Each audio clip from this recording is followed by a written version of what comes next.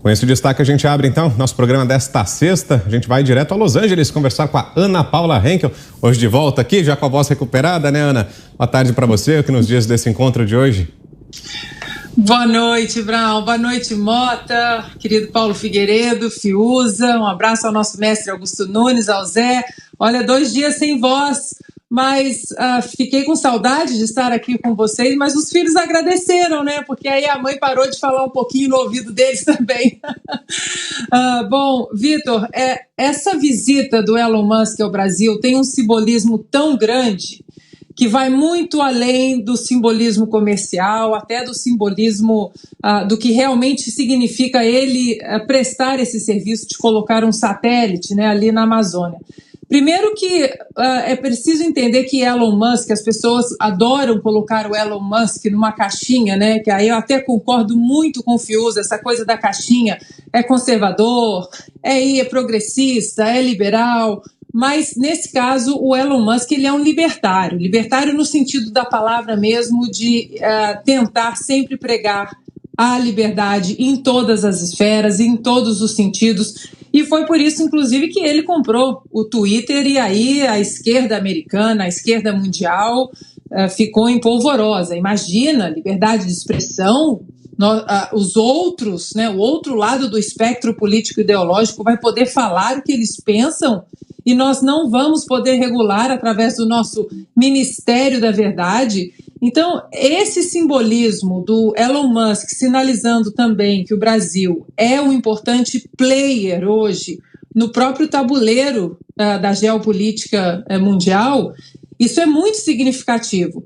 Ele também expõe com essa visita, Brown, uma coisa que a esquerda no Brasil ela teima em fazer durante muitos anos. O isolamento da Amazônia, dos povos da Amazônia, dos indígenas, daqueles que querem fazer parte da sociedade, exatamente através da internet, através de conexões, através de tablets, e não ficar ali como bolha, né? Numa bolha de vidro para as ONGs, para os marineiros aí, para as marinas da vida, para as ONGs que beberam tanto nas fontes de dinheiro público.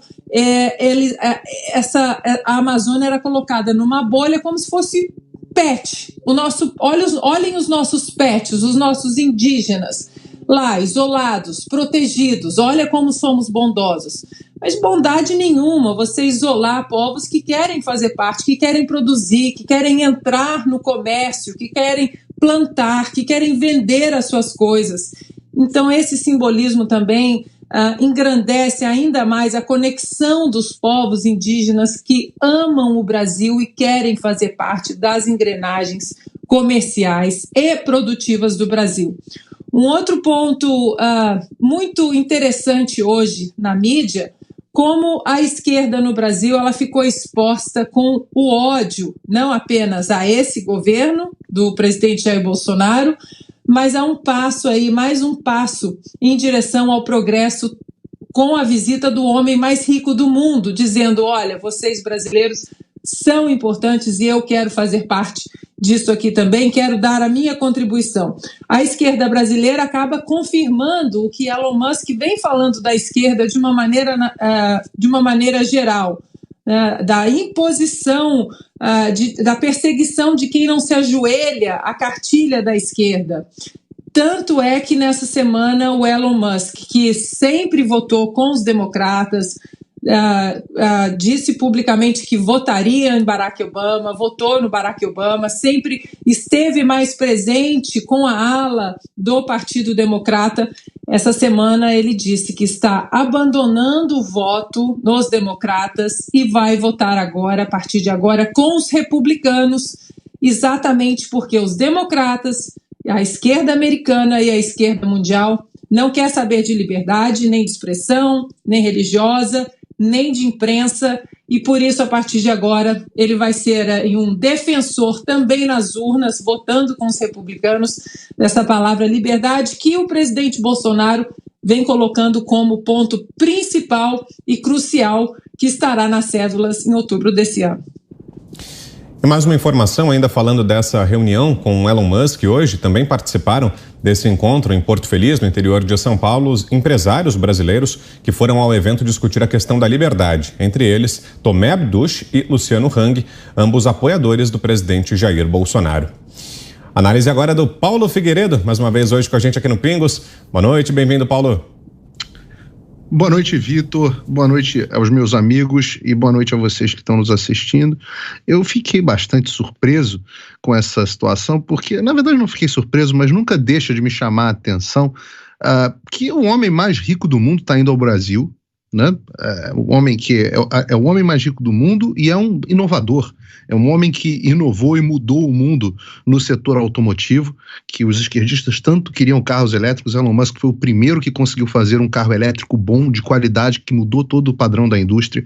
É um homem que inovou em diversas área financeira, começou inovando na área financeira, inovou na área de aeroespacial, mudou completamente o setor aeroespacial, conseguiu, foi até um grande exemplo da ineficiência dos altos custos da NASA, que foi muito inovador à sua época, mas que ele, quando trouxe as coisas para o setor privado, conseguiu fazer naves espaciais mais eficientes e muito mais baratas. Está conseguindo mudar o mundo nesse sentido e comprou o Twitter justamente para promover a liberdade de expressão e está querendo promover uma série de modificações para melhoria do Twitter, né, que tem muitos problemas, como nós sabemos. Então, esse homem vem ao Brasil e vem trazer tecnologia de ponta para o Brasil, tecnologia de satélite, tecnologia de comunicação para áreas remotas, o Starlink, a mesma tecnologia que o governo ucraniano, numa situação de guerra, desesperadamente pediu a ele, e ele disponibilizou, para que eles pudessem continuar tendo internet. Então, essa notícia deveria ser uma notícia maravilhosa. Não há como enxergar de forma ruim essa pessoa vir e prestigiar o Brasil. E, no entanto, né, você abre os jornais, e eu estava aqui, isso sim me causa perplexidade, lendo aqui uma notícia do G1. A notícia é a seguinte, eu vou ler aqui precisamente, aqui, aspas, a Amazônia precisa de fiscalização, não de Elon Musk, dizem especialistas. Quando eu digo que o jornalismo profissional morreu, virou uma máquina de militância política, é a isso que eu estou me referindo. O jornal conseguiu achar os seus especialistas, porque quando é a Folha, diz leitor. O G1 dizem especialistas. Então eles acharam os especialistas que conseguiram enquadrar a vinda de Elon Musk ao Brasil como uma notícia ruim. A Amazônia não precisa de Elon Musk. Não queremos, fora Elon Musk, dizem os especialistas do G1. Ou seja, diz o jornalista enrustido, esquerdista, militante, vagabundo da redação do G1, que arrumou um especialista para vocalizar a aspiração que ele tinha. E qual é o problema do Elon Musk? O problema é que o Elon Musk está visitando o Bolsonaro. Se estivesse visitando o Lula, ele era maravilhoso. O problema é que o Elon Musk começou a brigar com a esquerda. Esse é o problema. E aí é uma situação de doença mental, tecnicamente falando. Porque toda a nossa imprensa só consegue enquadrar as notícias sob a ótica do Bolsonaro. Então, quando dizem assim, Paulo, você é bolsonarista, eu falo, não sou bolsonarista. A opinião do Bolsonaro sobre um assunto é irrelevante para mim. Eu voto no Bolsonaro porque ele é o que mais defende as minhas ideias. Se o Bolsonaro muda de opinião a respeito de um tema, minhas ideias permanecem as mesmas. Agora, o jornalista, ele só consegue enxergar as coisas pela ótica do Bolsonaro. Então, automaticamente, quando o Musk se associa a Bolsonaro, ele passa a ser ruim. Quando o Musk se associa à direita, ele passa a ser ruim. E isso é doença mental, tecnicamente falando, patologia mental. Essas pessoas estão precisando de tratamento psiquiátrico. Uma pessoa que enquadra o mundo dela sob a ótica de o que pensa o Bolsonaro é um verdadeiro bolsonarista, só que é o contrário. E é isso que a esquerda, essa é a visão da esquerda do mundo. A esquerda não dá valor às pessoas pelo que elas fazem, mas pela sua ideologia. Até 1 ou 2 semanas atrás, talvez um pouquinho mais, Elon Musk era o maior do mundo. Você podia ver, ele era chamado em todos os eventos, todo mundo enchia ele de elogios. Por quê? Era eleitor como ele diz, democrata, era eleitor do Barack Obama, era o cara que falava do meio ambiente, e aí estava tudo certo. Até que um dado momento parece que o Elon Musk tomou o Red Pill, a pílulazinha vermelha do Matrix, e começou a enxergar a realidade. Ele começou a falar assim, opa, a esquerda está censurando o que as pessoas falam, eu não gosto disso. Pô, a esquerda é do cancelamento, eu não gosto disso, não é essa a minha visão do mundo. Então o que eles passam a fazer? Imediatamente, Elon Musk sai de herói, o maior do mundo, para vilão. Aí ele vira, a Ana colocou bem, anos votando na esquerda, todas as eleições ele votou no Partido Democrata, aí agora ele diz, não, agora pela primeira vez eu vou votar no Partido Republicano. Ele mesmo percebe e avisou nessa semana no Twitter, falou, olha, eu já vi que eu comprei a briga, já vi que agora eu comprei a briga a fúria da esquerda. E o que acontece hoje, notícia de hoje, ele é acusado, aparece uma acusação contra ele de assédio sexual, de uma comissária, massagista, sei lá, da SpaceX, que diz que em 2016, ele teria oferecido dinheiro para ela fazer ali alguma coisa extra na massagem com ele. E a gente não sabe se aconteceu ou não, ele pagou $250 mil para não haver confusão, que para ele é a mesma coisa que para mim dá 25 cents para alguém, 25 centavos. Ele pagou lá e ficou por isso mesmo. Isso ficou desaparecido da mídia até que ele disse que ia votar republicano. Quando disse que ia votar republicano, aí aparecem acusações de assédio sexual. Então, assim, para a imprensa, para a esquerda, tudo bem se assediar sexualmente, desde que você siga a cartilha deles, né? Você vê o Bill Clinton. Bill Clinton é o rei do assédio sexual, mas é democrata, é de esquerda, tá tudo certo. Então, isso é que é a visão da esquerda. Você vale a sua ideologia. Se você trair o movimento, meu amigo, julgamento sumário e tiro na nuca. É assim que eles tratam, sempre foi assim, é assim na história do Brasil. Agora é você, Roberto Mota. Boa noite, Mota. Boa noite, Brown. Boa noite, Ana Paula, Fiuza, Paulo Figueiredo. Boa noite toda a audiência, especialmente o pessoal que está aqui no Twitter já dando palpite. O Elon Musk é um fenômeno. O Elon é físico, formado em física pela Penn State, é economista formado por Wharton, é um gênio empreendedor. Ele criou o PayPal, que é uma empresa que tinha um sistema de pagamento pela internet. Depois ele adquiriu o controle da Tesla, empresa de carros elétricos. Depois criou a SpaceX, uma empresa de exploração do espaço, uma empresa privada. E agora está com um produto chamado Starlink, que é essa rede de satélites para oferecer serviço de internet em qualquer lugar do planeta. E aí ele resolveu comprar o Twitter pela bagatela de 44 bilhões de dólares. Comprou, está no processo de compra, né? Declarou a intenção e proclamou a liberdade no Twitter, o que gerou um ódio imediato da esquerda americana. Bom, veio aqui para o Brasil e Musk estava no Trend Topics hoje no Twitter. Estão dizendo até que Bolsonaro já convidou o Elon Musk para andar de jet ski e o Elon Musk convidou o Bolsonaro para dar uma volta de foguete. Brincadeiras à parte, é realmente uma visita simbólica, como a Ana Paula falou, porque nós moramos num país onde um deputado, o senhor Aldo Rebelo, em 1994, apresentou no Congresso uma proposta de projeto para barrar o governo federal de comprar qualquer tecnologia que significasse economia de mão de obra. Ou seja, nem telefone o governo federal poderia usar. Não poderia usar máquina de xerox, não poderia usar celular, não poderia usar carro. Então, esse é o país onde a gente vive. É um país que gastou 800 milhões de dólares para fazer um estádio, o estádio Mané Garrincha de Brasília, enquanto a NASA, por menos do que isso, por 700 milhões de dólares, construiu uma sonda que foi na direção de Plutão, passou de Plutão. E é nessa direção que o Brasil tem que ir, na direção da tecnologia, do espaço, do empreendimento, da liberdade, na direção do único sistema econômico que é compatível com a liberdade. Quem disse isso foi o grande economista austríaco Ludwig von Mises. Ele disse que o único sistema compatível com a liberdade é o sistema capitalista de livre mercado, e é isso o que Elon Musk simboliza. E para a gente fechar esse nosso primeiro giro, agora você, Guilherme Fiuza. Boa noite, Fiuza. Boa noite, Vitor, Ana, Roberto, Paulo. Um abraço a todos. A grande importância de Elon Musk hoje é ser um homem que tem meios, né, tem influência e, principalmente, percebe que a humanidade está numa encruzilhada.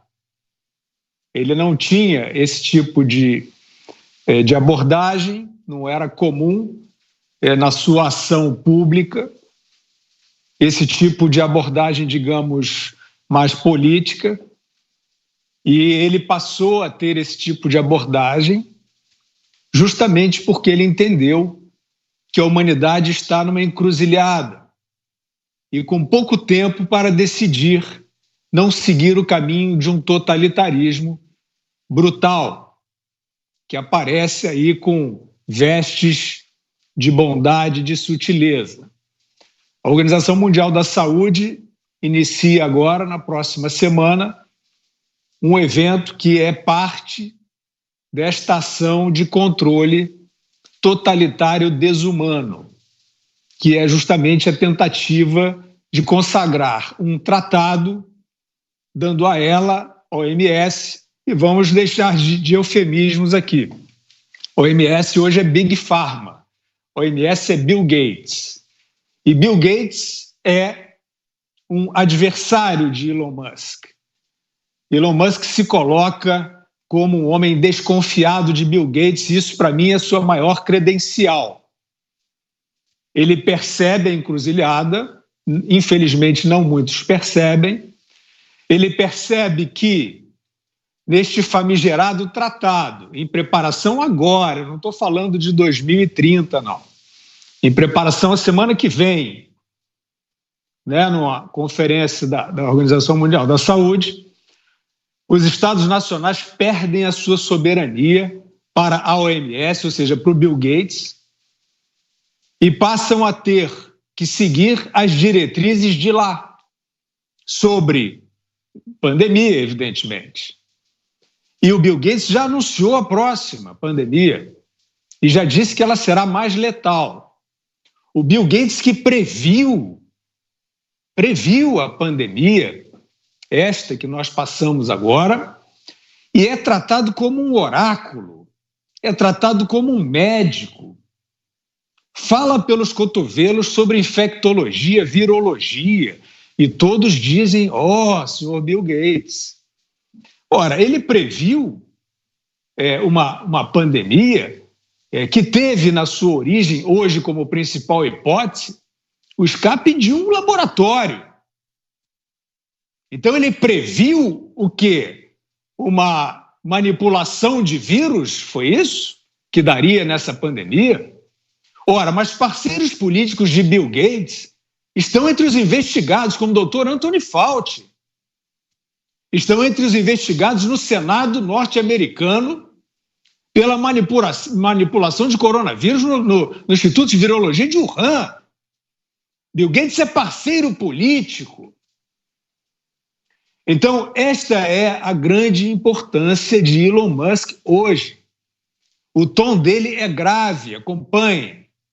Ele não está com o boi na sombra e resolveu se pintar, passar uma tintura política, não. Ele está preocupado com o futuro imediato da humanidade. Assistam as entrevistas, vejam o podcast com o Joe Rogan.